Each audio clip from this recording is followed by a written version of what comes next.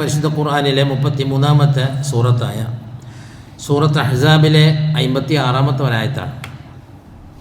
ഇന്നല്ലാഹ വ മലായികത്തഹു യുസല്ലൂന അലൻ നബി, നിശ്ചയമായും അള്ളാഹു അവൻ്റെ മലക്കോടും അള്ളാഹുവിൻ്റെ റസൂലിന് സലാത്ത് ചെയ്യുന്നു.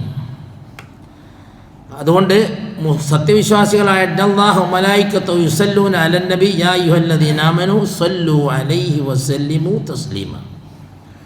ഈ ആയത്ത് ഇറങ്ങിയപ്പം സഹാബാക്കൾക്ക് ഒരു സംശയം വന്നു.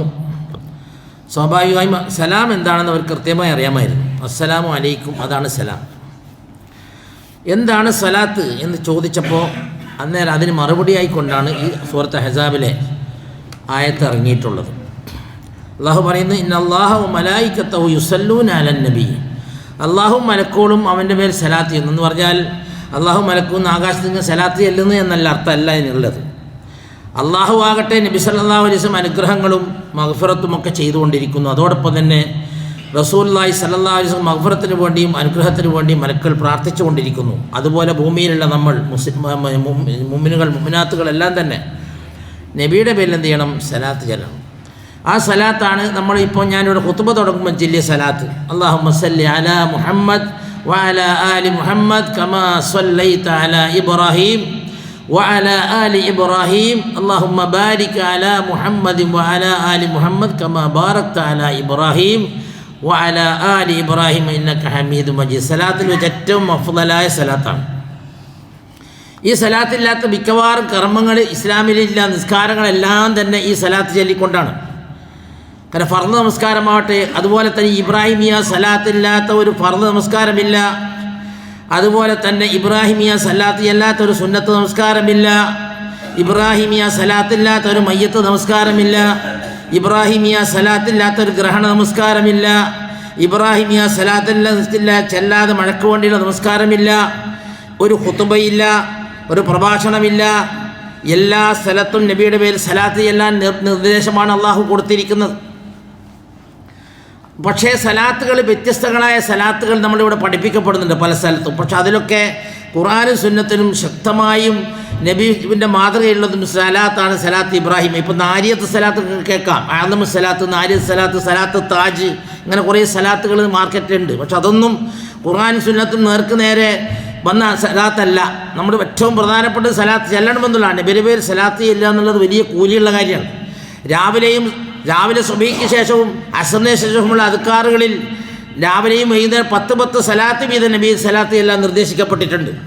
അതുപോലെ തന്നെ നബി സല്ലല്ലാഹു അലൈഹി വസല്ലം പറഞ്ഞു, എൻ്റെ പേര് കേട്ടിട്ട് ഒരാൾ എനിക്ക് സലാത്ത് ചെല്ലുന്നില്ല എങ്കിൽ അവനാണ് ഏറ്റവും വലിയ പിശുക്കൻ. അതോടൊപ്പം എനിക്ക് ധാരാളമായി സലാത്ത് ചെല്ലുന്നവൻ നാളെ സ്വർഗത്തിൽ ഞാനും വളരെ സമീപസ്ഥനാണെന്ന് പറഞ്ഞു.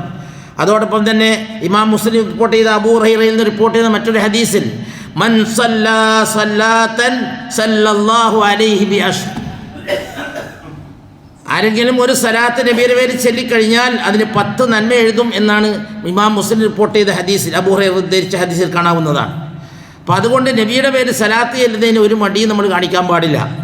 സാധാരണഗതിയിൽ നമ്മൾ പള്ളിയിലേക്ക് പ്രവേശിക്കുമ്പോൾ എല്ലാ പള്ളിയുടെ മുകളിൽ സ്ഥലത്ത് അല്ലാഹുമ്മ ഇഫ്തഹ് ലി അബ്വാബ റഹ്മതിക്, അത് മാത്രമല്ല, അത് ഷോർട്ടായിട്ടുള്ളതാണ്, എളുപ്പത്തിൽ ചെയ്യാൻ പറ്റുന്നത് മാത്രമാണ് എഴുതിയിരിക്കുന്നത്. കൃത്യമായി പറഞ്ഞാൽ ബിസ്മില്ലാഹി വസ്സലാത്തു വസ്സലാമു അലാ റസൂലില്ലാഹ് അല്ലാഹുമ്മ ഇഫ്തഹ് ലി അബ്വാബ റഹ്മതിക്. നബിയുടെ പേര് സലാത്തും സലാമും ചൊല്ലിയിട്ട് വേണം വരാൻ. അതോടൊപ്പം പുറത്തിറങ്ങുമ്പോൾ അല്ലാഹുമ്മ ഇന്നി അസ്അലുക മിൻ ഫളലിക്, അത് മാത്രമല്ല ഈ പറഞ്ഞതുപോലെ തന്നെ ബിസ്മില്ലാഹി വസ്സലാത്തു വസ്സലാമു അലാ റസൂലില്ലാഹ് അല്ലാഹുമ്മ ഇന്നി അസ്അലുക മിൻ ഫളലിക്. അതുപോലെ തന്നെ ഈ സലാത്തല്ല, അങ്ങനെ ഒരു സത്യവിശ്വാസി 5 നേരം പള്ളി പ്രവേശിക്കുമ്പോൾ ഇറങ്ങുമ്പോഴും 10 സലാത്ത് നബിയുടെ പേരിലായി. അതുകൊണ്ട് സലാത്തിൻ്റെ കാര്യം ശ്രദ്ധിക്കുക. അതുകൊണ്ട് നബീനെ സ്നേഹിക്കുക എന്നുള്ളതാണ് രണ്ടാമത്. നബീനെ സ്നേഹിക്കണം എല്ലാവരും. എങ്ങനെ സ്നേഹിക്കുക? സഹാബാക്കൾ ജീവിച്ചിരിക്കുന്ന കാലത്ത് അവർക്ക് നബിനെ സ്നേഹിക്കണം. അതോടൊപ്പം തന്നെ നബിനെ ശാരീരികമായി സംരക്ഷിക്കുക കൂടി വേണം. 1500 വർഷങ്ങൾക്ക് പിന്നിൽ ഇരിക്കുന്ന എനിക്കോ നിങ്ങൾക്കോ അതിൻ്റെ ആവശ്യം വരുന്നില്ല. നമ്മൾക്കുള്ളത് ഇത്താഅത്തും ഇത്തിബാഉമാണ്. ഇത്തിബാ കുറച്ച് കടുപ്പമേറിയതും ഇത്താഅത്ത് കുറച്ച് എളുപ്പമുള്ളതുമാണ്. അതാണ് സഹാബാക്കളുടെ ഇടയിൽ ഇത്തിബാ ചെയ്ത സഹാബാക്കൾ കുറച്ച് കുറവാണ്. എല്ലാവർക്കും സാധിച്ചിട്ടില്ല ഇത്തിബാ ചെയ്യാൻ. വളരെ കുറഞ്ഞ ആളുകൾക്ക് മാത്രമാണ് ഇത്തിബായ് ചെയ്യാൻ കഴിയുന്നത്. ഇത്താഴത്ത് എല്ലാവർക്കും സാധിക്കും. ഇത്തിബാ എന്ന് പറഞ്ഞാൽ സഹാബാക്കളിൽ പ്രമുഖനായ ഒരു സഹാബിയാണ് ഉമർ ഖത്താബിൻ്റെ മകൻ അബ്ദുല്ലാഹിബ്നു ഉമർ. അദ്ദേഹത്തിന് മറ്റൊരു പേരും കൂടിയുണ്ട്, മുത്തബിഉസ്സുന്ന, സുന്നത്തിനെ ഇത്തിബായ് ചെയ്യുന്ന ഒരു സഹാബി എന്ന പേര് കൂടി അദ്ദേഹത്തിന് സിദ്ധിച്ചിട്ടുണ്ട്. കാരണം സഹാബാക്കളുടെ കൂടെ ഒരു പ്രാവശ്യം അബ്ദുല്ലാഹിബ്നു ഉമർ യാത്രയിലാണ്. അങ്ങനെ ഒരിടത്ത് ഇറങ്ങിയപ്പോൾ അവിടെ ഇരുന്ന സഹാബാക്കളിൽ നിന്ന് എഴുന്നേറ്റുകൊണ്ട് അബ്ദുല്ലാഹിബ്നു ഉമർ അങ്ങോട്ടും ഇങ്ങോട്ടും പലതവണ നടക്കുന്നത് കണ്ടു. അപ്പോൾ സഹാബാക്കൾ ചോദിച്ചു, എന്താണ് സംഭവം, എന്താണ് ഇങ്ങനെ? അപ്പോൾ പറഞ്ഞു, എൻ്റെ ഖലീലി സല്ലല്ലാഹു അലൈഹി വസല്ലമയുടെ ഒരു യാത്ര ഞാൻ ചെയ്തപ്പോൾ ആ നബി സല്ലല്ലാഹു അലൈഹി വസല്ലമ ഈ സ്ഥലത്ത് വെച്ച് ഇത്ര തവണ അങ്ങോട്ടും ഇങ്ങോട്ടും നടക്കുന്നത് ഞാൻ കണ്ടിട്ടുണ്ട്, അത് ഞാൻ ഇത്തിബാ ചെയ്തിരിക്കുന്നു. അങ്ങനെ സഹാബാക്കൾ അദ്ദേഹത്തിന് കൊടുത്ത പേര് മുത്തബിഉസ്സുന്ന. അതുപോലെ ഇത്താഅത്ത് അള്ളാഹുവിനെ അനുസരിക്കണം. അതാണ് പരിശുദ്ധ ഖുർആനിലെ 4-ാമത്തെ സൂറത്തായ സൂറത്തുൻ നിസായിലെ 80-ാമത്തെ ആയത്തിൽ അള്ളാഹ് പറഞ്ഞെന്താ, മൻ യുതിഇർ റസൂല ഫഖദ് അതാ അല്ലാഹ്. ആരാണ് അള്ളാഹുവിനെ അനുസരിച്ചത്, അവൻ അള്ളാഹുവിനെയും അനുസരിച്ചവനായി. അതുപോലെ തന്നെ പരിശുദ്ധ ഖുർആനിലെ 3-ാമത്തെ സൂറത്തായ സൂറത്ത് ആലി ഇമ്രാനിൽ 31-32 ആയത്തിൽ ഖുൽ ഇൻ കുൻതും തുഹിബ്ബൂനല്ലാഹ്, ഖുൽ നബി പറഞ്ഞു കൊടുക്കുക, ഇൻ കുൻതും തുഹിബ്ബൂനല്ലാഹ്, അല്ലാഹുവിനെ നിങ്ങൾ ഇഷ്ടപ്പെടുന്നുണ്ടോ, ഫത്തബിഊനി, എന്നെ നിങ്ങൾ പിൻപറ്റണം, യഗ്ഫിർ ലക്കും ദുനൂബക്കും, അങ്ങനെ വന്നാൽ നിങ്ങളുടെ പാപങ്ങൾ അല്ലാഹു പുറത്തു തരും, വല്ലാഹു ഗഫൂറുർ റഹീം, അല്ലാഹു ഏറെ പൊറുക്കുന്നവനും കരുണയുള്ളവനുമാണ്. ഇനി സ്നേഹത്തിൻ്റെ കാര്യം പറയാം. ഉമർ ബിൻ ഖത്താബ് റളിയല്ലാഹു അൻഹുവിനോട് ഒരു പ്രാവശ്യം റസൂലുള്ളാഹി ചോദിച്ചു സല്ലല്ലാഹു അലൈഹി വസല്ലം, ഉമറെ നീ എന്നെ ഇഷ്ടപ്പെടുന്നുണ്ടോ, സ്നേഹിക്കുന്നുണ്ടോ? പറഞ്ഞു, എൻ്റെ ശരീരം കഴിഞ്ഞാൽ പിന്നെ തൊട്ടടുത്തത് പ്രവാചകൻ സല്ലല്ലാഹു അലൈഹി വസല്ലം, താങ്കളല്ലാതെ വേറെ ആരാണ്? അപ്പോൾ മുഅ്മിനോട് പറഞ്ഞു, നിങ്ങൾ മുഅ്മിനായിട്ടില്ല. അപ്പോൾ പറഞ്ഞു, എന്താണ് അപ്പോൾ മുഅ്മിനായിട്ടില്ല എന്ന് പറഞ്ഞാൽ, ലാ യുഅ്മിനു അഹദുക്കും ഹത്താ അകൂന ഹബ്ബ ഇലൈഹി മിൻ വാലിദിഹി വവലദിഹി വന്നാസി അജ്മഈൻ, നിങ്ങളെക്കാളും അതുപോലെ തന്നെ നിങ്ങളെ മാതാപിതാക്കളെക്കാളും നിങ്ങളെ മക്കളെക്കാളും സർവ്വരെക്കാളും എന്നെ നിങ്ങൾ സ്നേഹിക്കുന്നത് വരെ നിങ്ങൾ ഒരിക്കലും മുഅ്മിനാവുകയില്ല.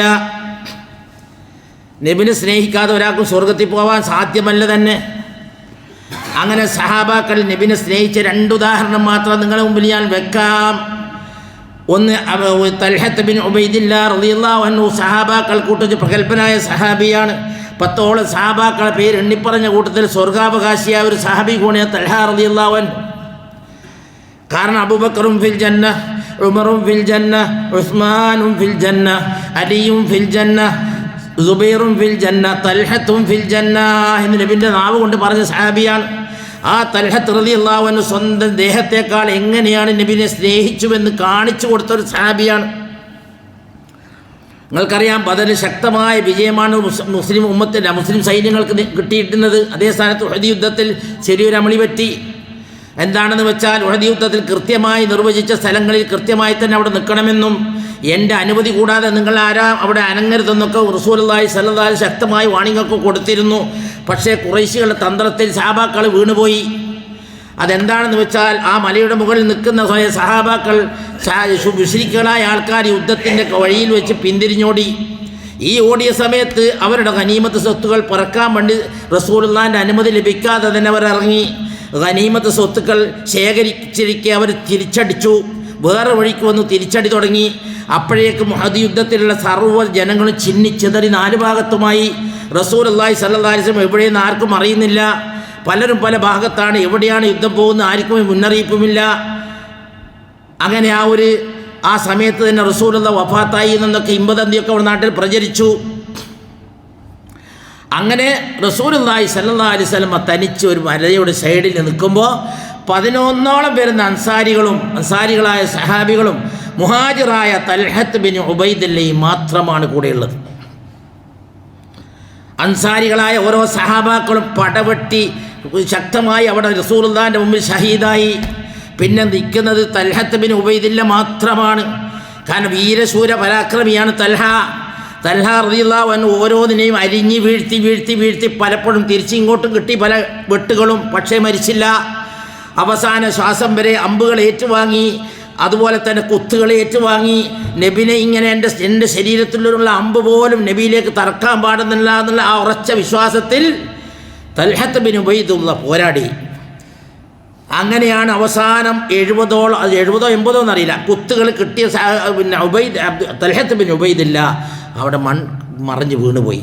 അപ്പോഴാണ് അബൂബക്കർ റളിയല്ലാഹു അൻഹുവും ഉബൈദത്ത് ബിൻ ജറാഹും ഓടി വരുന്നത്. വന്നിട്ട് നബിയെ കെട്ടിപ്പിടിച്ചിട്ട് പറഞ്ഞു, നബി എന്താ പറ്റിയത്? അപ്പോൾ പറഞ്ഞു, നിങ്ങളുടെ കൂടെ ഇരിക്കുന്ന തൽഹ റളിയല്ലാഹു അൻഹു അവിടെ കിടക്കുന്നു, എന്നെ അങ്ങ് വിട്ടേക്കൂ, ജീവിച്ചിരിക്കുന്ന ഷഹീദാണ് അദ്ദേഹം എന്ന് പറഞ്ഞ് അങ്ങോട്ടേക്ക് പറഞ്ഞയച്ചു, എന്നെ അങ്ങ് വിട്ടേക്കൂ, അദ്ദേഹത്തിനെ നോക്കൂ. ഇത് പറഞ്ഞാൽ എൻ്റെ ശരീരത്തേക്കാൾ ഞാൻ എങ്ങനെ റസൂലുള്ളാഹിനെ സ്നേഹിക്കൂന്ന് പ്രവൃത്തിയിൽ കാണിച്ചു കൊടുത്ത ഒരു സഹാബിയാണ് തൽഹത്ത് ബിൻ ഉബൈദില്ല. അദ്ദേഹത്തിന് വേറൊരു പേര് കൂടെ കൊടുത്തു. എന്താ പേരെന്നറിയോ? ജീവിച്ചിരിക്കുന്ന രക്തസാക്ഷി. അദ്ദേഹം യുദ്ധത്തിൽ മരിച്ചിട്ടില്ല. 80ഓളം കുത്ത് കിട്ടിയെങ്കിൽ കൂടി പക്ഷേ മരിച്ചിട്ടില്ല അദ്ദേഹം. അങ്ങനെ റസൂലുള്ളാഹിനെ എന്നേക്കാൾ ഞാൻ എങ്ങനെ സ്നേഹിക്കുന്നു എന്ന് റസൂലുള്ളാഹിനെ ബോധ്യപ്പെടുത്തിയ ഒരു വ്യക്തിത്വമാണ് അദ്ദേഹം.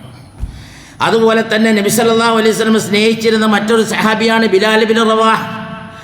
റസൂലുള്ളാഹിൻ്റെ പള്ളിയിലെ ബാങ്കുകാർ 2 പേരാണ്. ഒന്ന് ബിലാൽ റളിയല്ലാഹു അൻഹു, ഒന്ന് അബ്ദുല്ലാഹി ബിൻ ഉമ്മ മക്തൂമി. 2 പേരാണ് നബിൻ്റെ പള്ളിയിലെ ബാങ്ക് വിളിക്കാർ. അതിലെ ശബ്ദഭംഗി കൊണ്ടും എല്ലാം കൊണ്ടും എല്ലാവർക്കും ഇഷ്ടപ്പെട്ട ബാങ്ക് ബിലാൽ റളിയല്ലാഹു അൻഹുവിൻ്റെ ബാങ്കായിരുന്നു. അങ്ങനെ റസൂലുള്ളാഹി സ്വല്ലല്ലാഹു അലൈഹി വസല്ലം വടവാങ്ങി വഫാത്തായി. അതിനുശേഷം ബിലാൽ റളിയല്ലാഹു അൻഹു ബാങ്ക് കൊടുത്തിട്ടില്ല, ബാങ്ക് കൊടുക്കാൻ സാധിക്കുമായിരുന്നില്ല. അനേകം നാളുകൾക്ക് ശേഷം ഖലീഫ ഉമർ റളിയല്ലാഹു അൻഹുവിൻ്റെ ഭരണകാലത്ത് ഷാമിലെ ഗവർണറായി നിൽക്കുന്ന സമയത്ത് അവിടെ ഖലീഫ വന്നു, സന്ദർശനത്തിന് വന്നപ്പോൾ അവിടുത്തെ സഹാബാക്കൾ പറഞ്ഞു, ഖലീഫ ഉമറോട് പറഞ്ഞു, ബിലാലിൻ്റെ ബാങ്കൊന്ന് കേൾക്കണം, നിങ്ങളൊന്ന് ഉപദേശിക്കണം, നിങ്ങളൊന്ന് നിർദ്ദേശിക്കണം. ബിലാൽ തയ്യാറുണ്ടായിരുന്നില്ല. അങ്ങനെ മനസ്സോടെ ഖലീഫ ഉമറിൻ്റെ നിർബന്ധത്തിന് വഴങ്ങി ബാങ്ക് കൊടുക്കുന്നു ബിലാൽ. അങ്ങനെ അവിടെ ചെന്ന് ബാങ്ക് വിളിക്കാൻ തുടങ്ങി. അല്ലാഹു അക്ബർ, അല്ലാഹു അക്ബർ, അല്ലാഹു അക്ബർ, അല്ലാഹു അക്ബർ, അഷ്ഹദു അൻ ലാ ഇലാഹ ഇല്ലല്ലാഹ്, അഷ്ഹദു അൻ ലാ ഇലാഹ ഇല്ലല്ലാഹ്, അഷ്ഹദു അന്ന. പിന്നെ അച്ച വരുന്നില്ല, ശബ്ദം പുറത്തേക്ക് വരുന്നില്ല. മുഹമ്മദ് നബി സല്ലല്ലാഹു അലൈഹി വസല്ലം പേരുച്ചരിക്കാൻ നാവ് പൊന്തുന്നില്ല. കൂട്ടക്കരച്ചിലാണ് അവിടെ. ബിലാൽ റളിയല്ലാഹു അൻഹു കരയുന്നു. അത് കേട്ട് ഉമർ ഖത്താബ് കരയുന്നു. അവിടെ ഇരിക്കുന്ന സഹാബാക്കൾ മുഴുവൻ കരഞ്ഞുപോയി. ഇങ്ങനെയൊക്കെ നബിനെ സ്നേഹിച്ചവരാണ് അവർ. അവർ പോയ സ്വർഗത്തിൽ നമ്മൾ പോകണമെങ്കിലോ സ്നേഹിച്ചേ പറ്റൂ.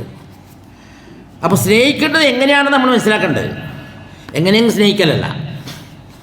അപ്പോൾ അല്ലാഹു സുബ്ഹാനഹു വ തആല സഹാബാക്കളെ എങ്ങനെയാണ് സ്നേഹിച്ചത് എന്ന് അതുമാത്രമല്ല, അല്ലാഹു സുബ്ഹാനഹു വ തആല റസൂലിനെ ആദരിച്ച കഥ സൂറത്ത് ഫാത്തിഹ മുതൽ നാസ് വരെ ഓതിക്കഴിഞ്ഞാൽ ഒരു അത്ഭുതം ഖുർആനിൽ നിങ്ങൾക്ക് കാണാൻ കഴിയും. ധാരാളം നബിമാരുടെ പേരുകൾ ഖുർആനിൽ കാണാം. അതിൽ എല്ലാ സ്ഥലങ്ങളും യാ ആദം, യാ നൂഹ്, യാ ഇബ്രാഹിം, യാ മൂസ, യാ ഈസ എന്ന സംബോധനകൾ പലയിടങ്ങളായി കാണാം. എന്നാൽ നിങ്ങൾ ഖുർആനിൽ ഒരിടത്ത് പോലും യാ മുഹമ്മദ് എന്ന് നിങ്ങൾക്ക് കാണാൻ സാധ്യമല്ല തന്നെ. നിങ്ങൾക്കറിയാം, ഗൾഫിലൊക്കെ പോയ ആൾക്കാർക്ക് അറിയാം, സാധാരണ പരിചയക്കാർ വിളിക്കുമ്പോൾ യാ മുഹമ്മദ്, യാ സുബൈർ, യാ അബ്ദുള്ള, സാധാരണഗതിയിലൊരു വിളിയാണത്. അപ്പോൾ നമ്മളിപ്പോൾ ഇന്ത്യക്കാരെ കാണുമ്പോൾ തും ഇതർ ആവോ എന്ന് പറഞ്ഞാലും ആപ്പ് ഇതർ ആയി എന്ന് പറഞ്ഞാൽ രണ്ട് രീതിയാണത്. ഒന്ന് നീ ഇവിടെ വാ, മറ്റത് താങ്കൾ ഇവിടെ വന്നാലും. അതിനേക്കാളും വളരെ മഹത്വമേറിയ പദങ്ങളാണ് റസൂലുള്ളാഹിനെ സംബോധന ചെയ്യാൻ അള്ളാഹു ഖുർആനിൽ പ്രയോഗിച്ചത്. ഞാൻ 2 ഉദാഹരണം പറഞ്ഞുതരാം. ആദം അലൈഹിസ്സലാത്തു വസ്സലാമിനെ സൂറത്തുൽ ബഖറയിൽ പറഞ്ഞ എന്താ? വഖുൽനാ യാ ആദമു ഉസ്കുൻ അൻത വസൗജുകൽ ജന്ന. അങ്ങനെ ഞാൻ ആദമിനോട് പറഞ്ഞു, നീയും നിൻ്റെ അണിയും സ്വർഗത്തിൽ താമസിക്കാൻ പറഞ്ഞു. അതുപോലെ തന്നെ അതിനുശേഷമുള്ള നൂഹ് അലൈഹിസ്സലാത്തു വസ്സലാമിനോട് സൂറത്ത് ഹൂദിൽ പറഞ്ഞു. കാരണം നൂഹ് അലൈഹിസ്സലാത്തു വസ്സലാമിൻ്റെ മകൻ അവിശ്വാസിയായിരുന്നു ഒരാൾ. അദ്ദേഹം പ്രളയത്തിൽ മുങ്ങിച്ചാവാൻ പോകുമ്പോൾ അള്ളാഹുവിനോട് കേണപേക്ഷിച്ചു അവൻ്റെ രക്ഷയ്ക്ക് വേണ്ടി. അപ്പം പറഞ്ഞെന്താ? യാ നൂഹ്, ഏ നൂഹേ, ഇന്നഹു ലൈസ മിൻ അഹ്ലിക് ഇന്നഹു അമലുൻ ഗൈറു സാലിഹ് ഫലാ തസ്അൽനി മാ ലൈസ ലക ബിഹി ഇൽം ഇന്നി അഅ്ദുക അൻ തകൂന മിനൽ ജാഹിലീൻ. സൂറത്ത് ഹൂദിലായത്താണ്. ഏ നൂഹേ, യാ നൂഹ് എന്നാണ് അവിടെ പറഞ്ഞത്. അതുപോലെ തന്നെ മൂസ അലൈഹിസ്സലാത്തു വസ്സലാമിനെ അള്ളാഹ് വിളിക്കുന്നതിനകം സൂറത്ത് താഹയിൽ കാണാം. തൂരി സീനാ പർവ്വതത്തിൻ്റെ മുകളിൽ അള്ളാഹുവായി മുനാജാത്ത് നടക്കുന്ന സമയത്ത് അറിഞ്ഞെന്താ? യാ മൂസ, സൂറത്ത് താഹയിലെ തുടക്കത്തിൽ കാണാം. യാ മൂസ ഇന്നി അന റബ്ബുക് ഫഖ്ലഅന അലൈക ഇന്നക ബിൽ വാദിൽ മുഖദ്ദസി തുവാ. ഏ മൂസ, ഞാൻ നിന്റെ റബ്ബാണ്, അതുപോലെ തന്നെ പരിശുദ്ധമായ താഴ്വരയിലാണ് നീ ഉള്ളത്, ചെരുപ്പം കഴിച്ചു വെക്കാൻ പറഞ്ഞു. അതുപോലെ തന്നെ ഈസാ അലൈഹി സ്വലാത്തു വസ്സലാമിനെ കുറിച്ച് സൂറത്ത് ആലി ഇംറാൻ പറഞ്ഞു, യാ ഈസ ഇന്നി മുതവഫീക വറാഫിഉക ഇലയ്യ വമുതഹിറുക. ഏ ഈസ, നിന്നെ ഞാൻ ഉയർത്തിയിട്ടുണ്ട്, നിന്നേക്ക് ഞാൻ എടുത്തിട്ടുണ്ട്, ഉയർത്തി പദവികൾ തന്നിട്ടുണ്ട്, നിന്നെ ശുദ്ധീകരിച്ചിട്ടുണ്ടെന്നൊക്കെ ഈസയോട് പറയും, ഈസാ അലൈഹി സ്വലാത്തു വസ്സലാമിനോട്. അതുപോലെ തന്നെ ദാവൂദ് അലൈഹി സ്വലാമിനെ കുറിച്ചും പറയുന്നു സൂറത്ത് സ്വാദിൽ, യാ ദാവൂദ് ഇന്നാ ജഅൽനാക ഖലീഫത്തൻ ഫിൽ അർദ്, നിന്നെ ഞാൻ ഭൂമിയിൽ പ്രതിനിധിയാക്കിയിരിക്കുന്നു. എന്നാൽ നബി സല്ലല്ലാഹു അലൈഹി വസല്ലം സംബോധന ചെയ്ത രംഗം അത്ഭുതം. എങ്ങനെയാണ് നബി സല്ലല്ലാഹു അലൈഹി വസല്ലം അള്ളാഹു സംബോധന ചെയ്ത്? യാ മുഹമ്മദ് എവിടെയും വിളിച്ചിട്ടില്ല. എന്താ വിളിച്ചതറിയോ? പരിശുദ്ധ ഖുർആനിലെ സൂറത്ത് തഹരീമിലെ 1-ാമത്തെ ആയത്ത്, യാ അയ്യുഹൻ നബി. യാ എന്ന് പറയും, അയ്യുഹ എന്ന് പറയും വ്യത്യസ്തമാണ്. അയ്യുഹ എന്ന് പറഞ്ഞാൽ വളരെ ആദരപൂർവ്വമുള്ളൊരു വിളിയാണ്. യാ വിളിക്കുന്നത് പോലെയല്ല. യാ അയ്യുഹൻ നബിയു ലിമ തുഹർരിമു മാ അഹല്ലല്ലാഹു ലക് തബ്തഗി മർദാത അസ്വാജിക് വല്ലാഹു ഗഫൂറുർ റഹീം. ഏ നബിയെ, അള്ളാഹു അനുവദനീയമാക്കിയതിനെ നിങ്ങൾ എന്തിനാണ് നിഷിദ്ധമാക്കുന്നത്? നിങ്ങളുടെ ഭാര്യമാരെ തൃപ്തിപ്പെടുത്താൻ വേണ്ടി പണിയെടുക്കേണ്ടതുണ്ടോ എന്ന് നബിയെ എന്ന് വിളിച്ചാണ് ചോദിക്കുന്നത്.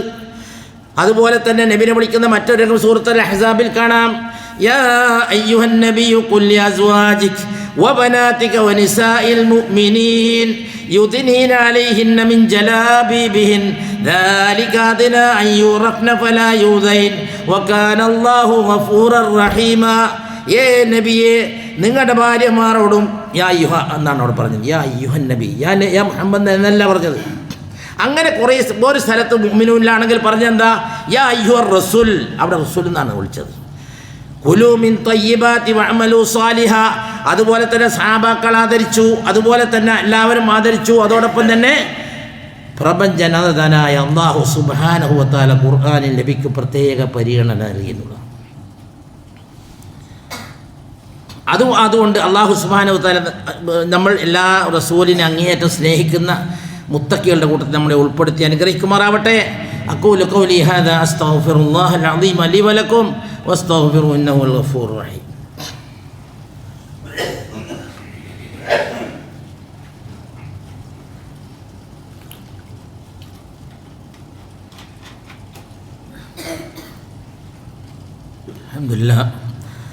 അൽഹംദുലില്ലാഹി റബ്ബിൽ ആലമീൻ വസ്സലാത്തു വസ്സലാമു അലാ അഷ്റഫിൽ മുർസലീൻ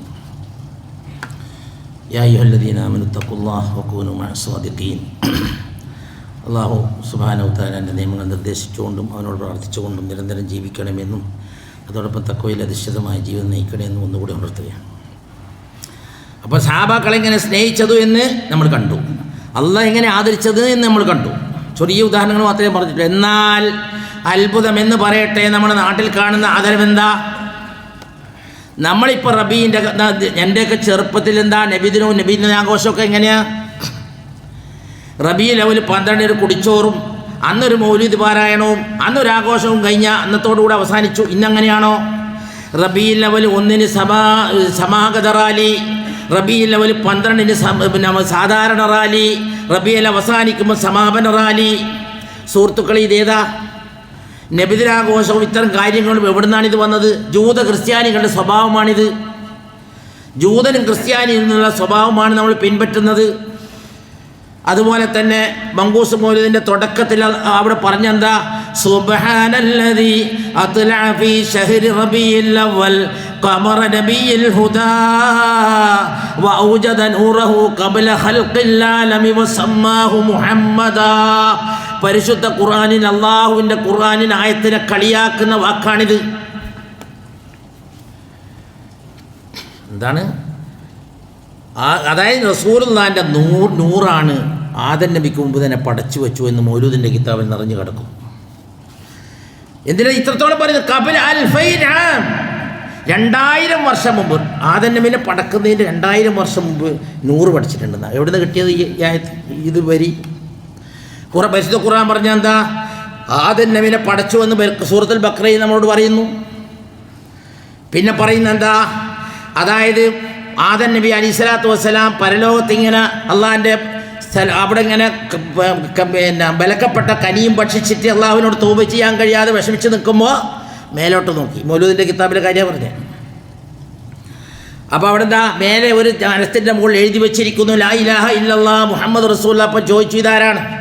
അപ്പം പറഞ്ഞു എനിക്ക് ശേഷം വരാനുള്ള ഒരു നബിയാണ്. അപ്പം മങ്കൂസ് മൗലൂദുകാരനായി തവസ്സല ബിഹി ആദം വസ്തഗാസ ബിഹി നൂഹ് ഇതൊക്കെ എഴുതി വെച്ചത്. അങ്ങനെ ആദം നബി ആ നബിയിലേക്ക് തവസ്സുലാക്കിയപ്പം കഴിക്കപ്പെട്ട കനിയിൽ നിന്ന് അല്ലാഹു സുബ്ഹാനഹു വ തആല പുറത്തു കൊടുത്തു. അങ്ങനെയല്ല.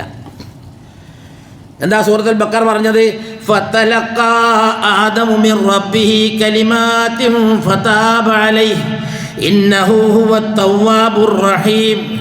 ആദം നബി തെറ്റ് ചെയ്തപ്പോൾ അദ്ദേഹത്തിന് ചെല്ലാനുള്ള വചനം ഞാൻ പഠിപ്പിച്ചു കൊടുത്തു എന്നാണ് പറയുന്നത്. ആ വചനം എന്താണെന്ന് പരിശുദ്ധ ഖുർആനിലെ 6-ാമത്തെ സൂറത്തായ സൂറത്ത് അറാഫിലെ 23-ാമത്തെ ആയത്തിൽ കൃത്യമായിട്ട് അല്ലാഹു പറഞ്ഞിരുന്നു. എന്താണ് ആയത്ത്? ഖാല, രണ്ടുപേരും പറഞ്ഞു, ആദമും ഹവ്വയും കൂടെ പറഞ്ഞു. എന്താ പറഞ്ഞേ? റബ്ബനാ ളലംനാ അൻഫുസനാ വഇൻ ലം തഗ്ഫിർ ലനാ വതർഹംനാ ലനകൂനന്ന മിനൽ ഖാസിരീൻ. അല്ലാഹുവേ, നമ്മളോട് സ്വന്തത്തോട് അക്രമം നമ്മൾ കാണിച്ചു പോയി. നീ അങ്ങാ പുറത്തു തന്നില്ലെങ്കിൽ, നമ്മളോട് നീ കരുണ കാണിച്ചില്ലെങ്കിൽ നമ്മൾ നഷ്ടക്കാരായി പോകും എന്ന് പരിശുദ്ധ ഖുർആനിൽ അല്ലാഹു സുബ്ഹാനഹു വ തആല നമ്മളെ പഠിപ്പിക്കുന്നു. മങ്കൂസ് മൗലിദുകാരൻ പറയുന്നു നബിനെക്കുറിച്ച് തവസ്സുലാക്കി. നമ്മളേതാ വിശ്വസിക്കേണ്ടത്? ഖുർആൻ വിശ്വസിക്കണോ മൗലിദ് വിശ്വസിക്കണോ? അതുപോലെ തന്നെ മങ്കൂസ് മൗലിദ് മറ്റൊരു വരി അന്ത മുൻജീനാ മിനൽ ഹുറഖി മിൻ ലഹീബിൻ നാരി വല്ലജജി. നാളെ കത്തിയാളുന്ന നരകത്തിൽ നിന്ന് രക്ഷപ്പെടുത്തുന്ന നബിയെ. നബിക്ക് രക്ഷപ്പെടുത്താൻ കഴിയോ? സാധ്യമല്ല. സ്വന്തം മകളോട് ഫാത്തിമ റളിയല്ലാഹു അൻഹയോട് പറഞ്ഞതാ, എൻ്റെ കരടിൻ്റെ കഷ്ണമായ ഫാത്തിമ, ഖതഅത കബ്ദി യാ ഫാത്തിമ ഇൻഖദി നഫ്സകി മിനന്നാർ. എൻ്റെ കരടിൻ്റെ കഷ്ണമായ മോളെ, നിൻ്റെ ശരീരത്തെ നീ നരകത്തെ നീ കാത്തുകൊള്ളണം.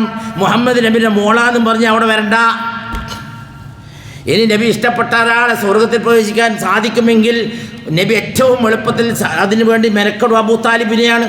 അബൂ താലിബ് ഇസ്ലാമിൽ പ്രവേശിക്കാതെ ഈ ലോകത്ത് വിട പറഞ്ഞ ആളാണ്. അബൂ താലിബ് ജീവിതകാലം മുഴുവൻ നബിനെ സ്നേഹിക്കുകയും എല്ലാ കഠിന ശത്രുക്കളിൽ നിന്നും അദ്ദേഹത്തെ രക്ഷപ്പെടുത്തുകയും ചെയ്ത ഒരാളാണ്. കുശരിക്കൽ ബാദ് ഏത് ശത്രുവും പറഞ്ഞെടുത്താൽ അബൂ താലിബിൻ്റെ സഹായമുള്ളിടത്ത് ആരും അടുക്കുകയില്ല. അങ്ങനെ സംരക്ഷിച്ച് നിർത്തിയ അബൂ താലിബ് മരണത്തോട് മല്ലടിക്കുന്നു.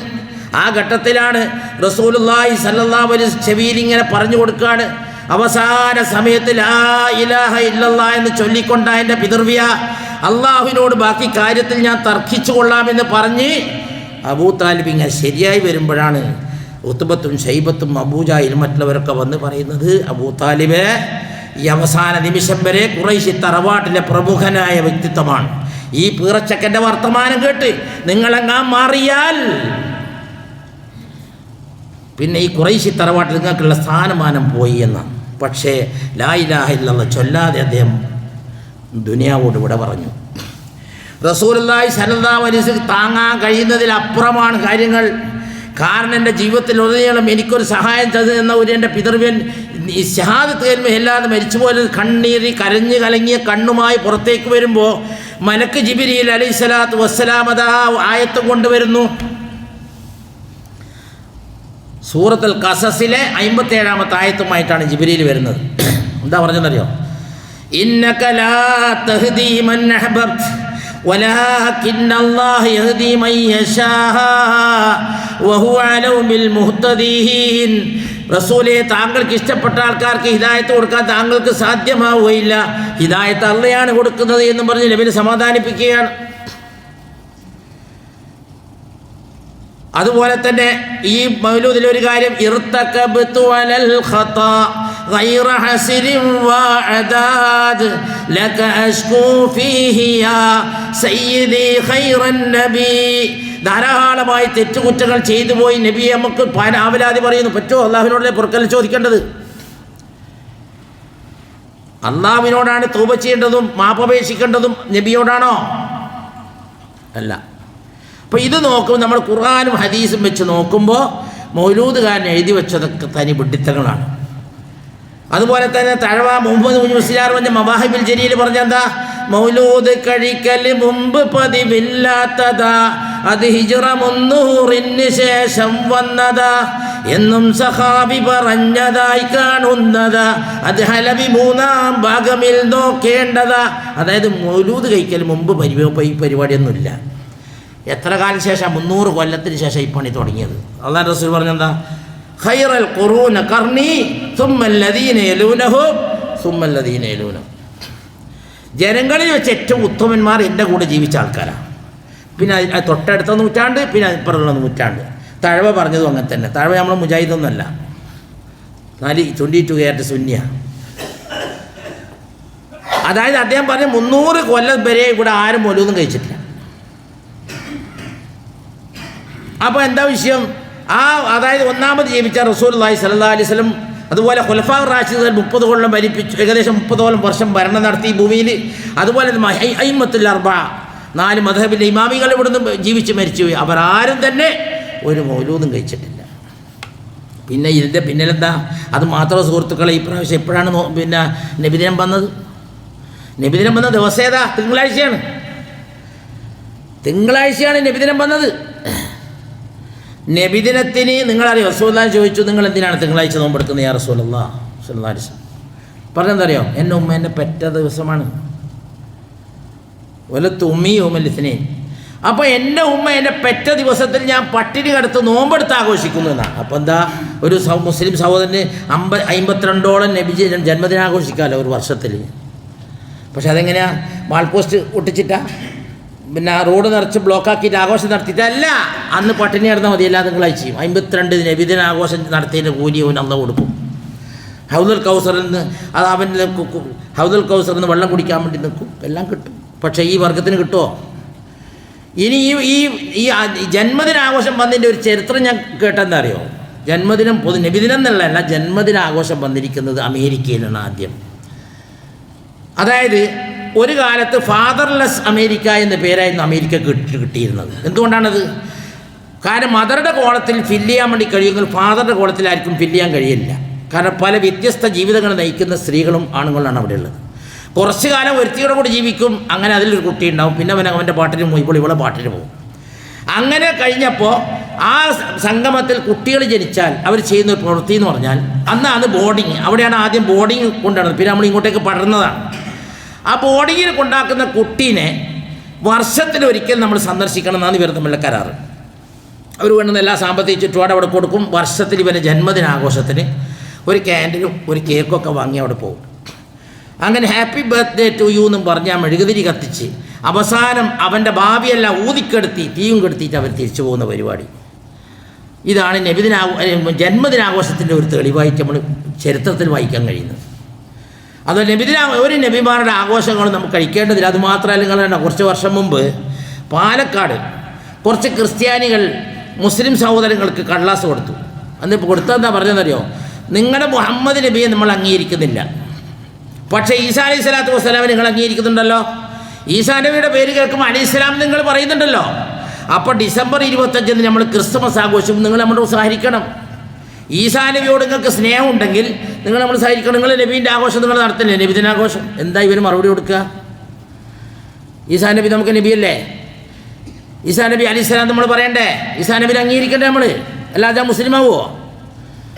ഈ ചോദ്യത്തിന് അവർക്ക് മറുപടി കൊടുക്കാൻ കഴിയില്ല. അതുകൊണ്ട് സുഹൃത്തുക്കളെ, നബിനെ സ്നേഹിക്കണം എല്ലാവരും. നബിനെ സ്നേഹിക്കുന്നില്ലെങ്കിൽ ഒരിക്കലും മുഅ്മിനാവുകയില്ല, മുത്തഖിയാവുകയില്ല, മുവഹിദാവുകയില്ല. അതുപോലെ തന്നെ മൗലൂദിൻ്റെ കിതാബിൽ ഓരോ വിഡ്ഢിത്തങ്ങളും പോരായ്മകളും എടുത്തു പറഞ്ഞാൽ ധാരാളം പറയാണ്ട്. الشفاعة هب لنا بالساعة مشفقا وهلنا من الله يا سيدي خير النبي. അതായത് നമ്മളിങ്ങനെ പേടിച്ച് നിൽക്കുന്ന പരലോകത്ത് വെച്ച് നിങ്ങളെ ശഫായത്ത് വേണം, അങ്ങനെ പറയാൻ പറ്റുമോ? നബിനോടാ ശഫായത്തിന് ചോദിക്കേണ്ടത്? ഷഫായത്തുണ്ട് പരലോകത്ത്. എല്ലാവരും ഒരുമിച്ച് കഴിഞ്ഞാൽ കുറേ കാലം ആ ചൂടുള്ള തറനമോട് നിൽക്കുന്ന സമയത്ത് നബിയോടത്ത് എല്ലാവരും പോവും. കാരണം ആദ്യ നബി മുതൽ സർവ്വ നബിമാരത്ത് പോയ ഷഫാത്തിന് ആർക്കും അർഹനല്ല. ആ നബിയാണ് അവിടെ ഷഫാത്ത് ചെയ്യുക. ആ അർത്ഥത്തിൽ അല്ലാതെ ഷഫാത്ത് ഇവിടെ നബിയോട് ചോദിക്കുന്നതാണ് നമ്മൾ കാണുന്നത്. അപ്പോൾ ഇങ്ങനെ ധാരാളം അബദ്ധങ്ങൾ മൗലൂദിൽ കേടിക്കൂടുമ്പോൾ നമ്മൾ യഥാർത്ഥത്തിൽ നബിനെ എങ്ങനെ സ്നേഹിക്കേണ്ടത് എന്ന് നമ്മൾ മനസ്സിലാക്കണം. കൃത്യമായി. ഇപ്പം നമുക്കറിയാലോ, ഒരു മുസ്ലിം രാവിലെ സ്വബീ സമസ്കാരം എണീച്ചു കഴിഞ്ഞാൽ ഓരോ സെക്കൻഡും 24 മണിക്കൂർ നബിനെ ഇത്തിബാവും അതുപോലെ ഇത്താഅത്തൊക്കെ ചെയ്ത് ജീവിക്കാൻ കഴിയും. രാവിലെ എന്താ പറയുക, അൽഹംദുലില്ലാഹില്ലദീ അഹ്യാനാ ബഅദ മാ അമാതനാ വഇലൈഹി നുശൂർ എഴുന്നേറ്റില്ലേ, ഒരു സുന്നത്ത് അവിടെ കിട്ടി. അങ്ങനെ സൂറത്ത് ആലി ഇംറാനിൽ 5 ആയത്ത് അവിടെ ഓതി. അങ്ങനെ അങ്ങനെ അങ്ങനെ അങ്ങനെ ഓരോ ഘട്ടങ്ങളും വീട്ടിൽ നിന്ന് ഇറങ്ങുമ്പോഴും പള്ളിയിൽ കയറുമ്പോഴും പള്ളിയിൽ നിന്ന് ഇറങ്ങുമ്പോഴും അതുപോലെ നമസ്കാരത്തിലെ സഫയിലും എല്ലാം എല്ലാം എല്ലാം നബിനെ ഒരാൾ കണിശമായി പിൻപറ്റുമെങ്കിൽ അതന്നെയാണ് ഇത്തിബാഉ ഇത്താഅത്ത് എന്നൊക്കെ പറഞ്ഞ് അതാണ്. അതിനപ്പുറം നബിയുടെ പേരിൽ കുറേ ഭക്ഷണവും കുറേ ആഘോഷവും സമ്മേളനം നടത്തുമ്പോൾ അത് വളരെ അപകടകരമായ പ്രവണതയാണ്. ഇപ്പം നിങ്ങൾക്കറിയാലോ, അടുത്ത് കുറേ ശേഖന്മാരോട് മരണപ്പെട്ടു പോയ പല സ്ഥലത്തും ഉറൂസ് ഇങ്ങനെ വർദ്ധിച്ചുകൊണ്ടിരിക്കും. ഇപ്പോൾ എനിക്കറിയാം, പാപ്പിശ്ശേരി നമുക്ക് പരിചയമുള്ളൊരു ഒരു ഉസ്താദാണ് PKP അബ്ദുസ്സലാം മുസ്ലിയാർ. അതുപോലെ വളവണ്ടത്ത് ഇപ്പോൾ അടുത്തൊരു തങ്ങൾ മരിച്ചു, അദ്ദേഹത്തിൻ്റെ മക്ബറയും പൊന്തി. ഇപ്പോൾ ഞാൻ ചോദിക്കുന്നത് 5-6 ദിവസം ഉറൂസ് നടത്താൻ ഖബറിൻ്റെ മുകളിൽ. ഞാൻ ചോദിക്കുന്നത്, ഈ ഉസ്താദന്മാർക്ക് ഓതാൻ സമയം കിട്ടുമോ? ലോകത്തുള്ള സർവ്വതങ്ങന്മാരും ആളെല്ലാം മരിക്കുമ്പോൾ ഇങ്ങനെയൊക്കെ ഉറൂസ് കെട്ടിക്കഴിഞ്ഞാൽ 360 ദിവസവും ഉറൂസ് തന്നെ ആയിരിക്കൂലേ? ഒരു ഖുർആൻ ഓതാനോ അത് വായിക്കാനോ അത് പഠിക്കാനോ ഇവിടുന്ന് ഇവർക്ക് സമയം? രാമന്തളി തങ്ങളത് 10 ദിവസമാണ് ഉറൂസ്. അപ്പോൾ കൊല്ലം മുഴുവനും ഉറൂസിനല്ലേ സമയമുള്ളൂ. ഒരു ഉറൂസ് കഴിഞ്ഞാൽ തൊട്ടടുത്ത ഉറൂസ് ഇങ്ങനെയല്ലേ ജീവിതം പാഴാക്കുന്നത്. അതുകൊണ്ട് സുഹൃത്തുക്കളെ, ഖുർആനും സുന്നത്തും മുറുകെ പിടിക്കുക. അല്ലാഹു സുബ്ഹാനഹു വ തആലയുടെ ഖുർആനും നബിയുടെ സുന്നത്തും മുറുകെ പിടിക്കുക. നബിനെ സ്നേഹിക്കുക. നബിയുടെ പേര് സലാത്ത് ചെല്ലാൻ ഒട്ടും മടി വേണ്ട. സാധാരണ നമ്മൾ സുന്നികളുടെ ബയതിൽ പറയുന്നൊക്കെ ഉസ്താദ് സലാത്ത് ഒച്ചത്തിൽ ചെല്ലതിൻ്റെ ആവശ്യമില്ല. ഖുലിദുല്ലാ അബിദുർ റഹ്മാൻ അയ്യമ്മാ തദു, അതായത് നമ്മൾക്ക് വലാ തജ്ഹർ ബി സലാത്തിക്ക്, അത് നിങ്ങൾ ഒച്ചയാക്കണ്ട, നബിയുടെ പേര് സലാത്ത് ചെല്ലണം. അതുകൊണ്ട് അല്ലാഹു സുബ്ഹാനഹു വ തആല നബിനെ ആത്മാർത്ഥമായി സ്നേഹിക്കുന്ന മുത്തഖികളുടെ കൂട്ടത്തിൽ, മുഅ്മിനുകളുടെ കൂട്ടത്തിൽ നമ്മളെല്ലാം ഉൾപ്പെടുത്തി അനുഗ്രഹിക്കുമാറാവട്ടെ. അതോടൊപ്പം തന്നെ നമ്മുടെ കൂട്ടത്തിൽ രോഗം കൊണ്ടും മറ്റും വിഷമിക്കുന്ന പല ആൾക്കാർ, അവർക്കെല്ലാം അവരുടെ അസുഖങ്ങൾ മാറ്റി ആരോഗ്യവും ആഫിയത്തും നൽകുമാറാവട്ടെ. നമ്മുടെ കൂട്ടത്തിൽ മരിച്ചുപോയ ആൾക്കാർ അല്ലാഹു സുബ്ഹാനഹു വ തആല മഗ്ഫിറത്തും മർഹമത്തും നൽകി അനുഗ്രഹിക്കുമാറാവട്ടെ. അല്ലാഹുമ്മ ഗ്ഫിർ ലിൽ മുഅ്മിനീന വൽ മുഅ്മിനാത്ത് വൽ മുസ്ലിമീന വൽ മുസ്ലിമാത്ത് അൽ അഹ്യാഇ മിൻഹും വൽ അംവാത്ത് إنك مجيب الدعوات يا قاضي الحاجات. اللهم أجرنا من النار، اللهم أجرنا من النار، اللهم أجرنا من النار. اللهم أعز الإسلام والمسلمين، اللهم أعز الإسلام والمسلمين، اللهم أعز الإسلام والمسلمين وذل الشرك والمشركين. اللهم انصر المسلمين والمؤمنين في كل مكان، اللهم انصر المسلمين والمؤمنين في كل مكان، اللهم انصر المسلمين والمؤمنين في كل مكان. اللهم وحد صفوفهم واجمع كلمتهم بالحق يا رب العالمين. اللهم انصر المسلمين في فلسطين، اللهم انصر المسلمين في فلسطين، اللهم انصر المسلمين في فلسطين ولبنان. اللهم ربنا تقبل منا إنك أنت السميع العليم وتب علينا إنك أنت التواب الرحيم. ربنا آتنا في الدنيا حسنة وفي الآخرة حسنة وقنا عذاب النار. وآخر دعوانا أن الحمد لله رب العالمين.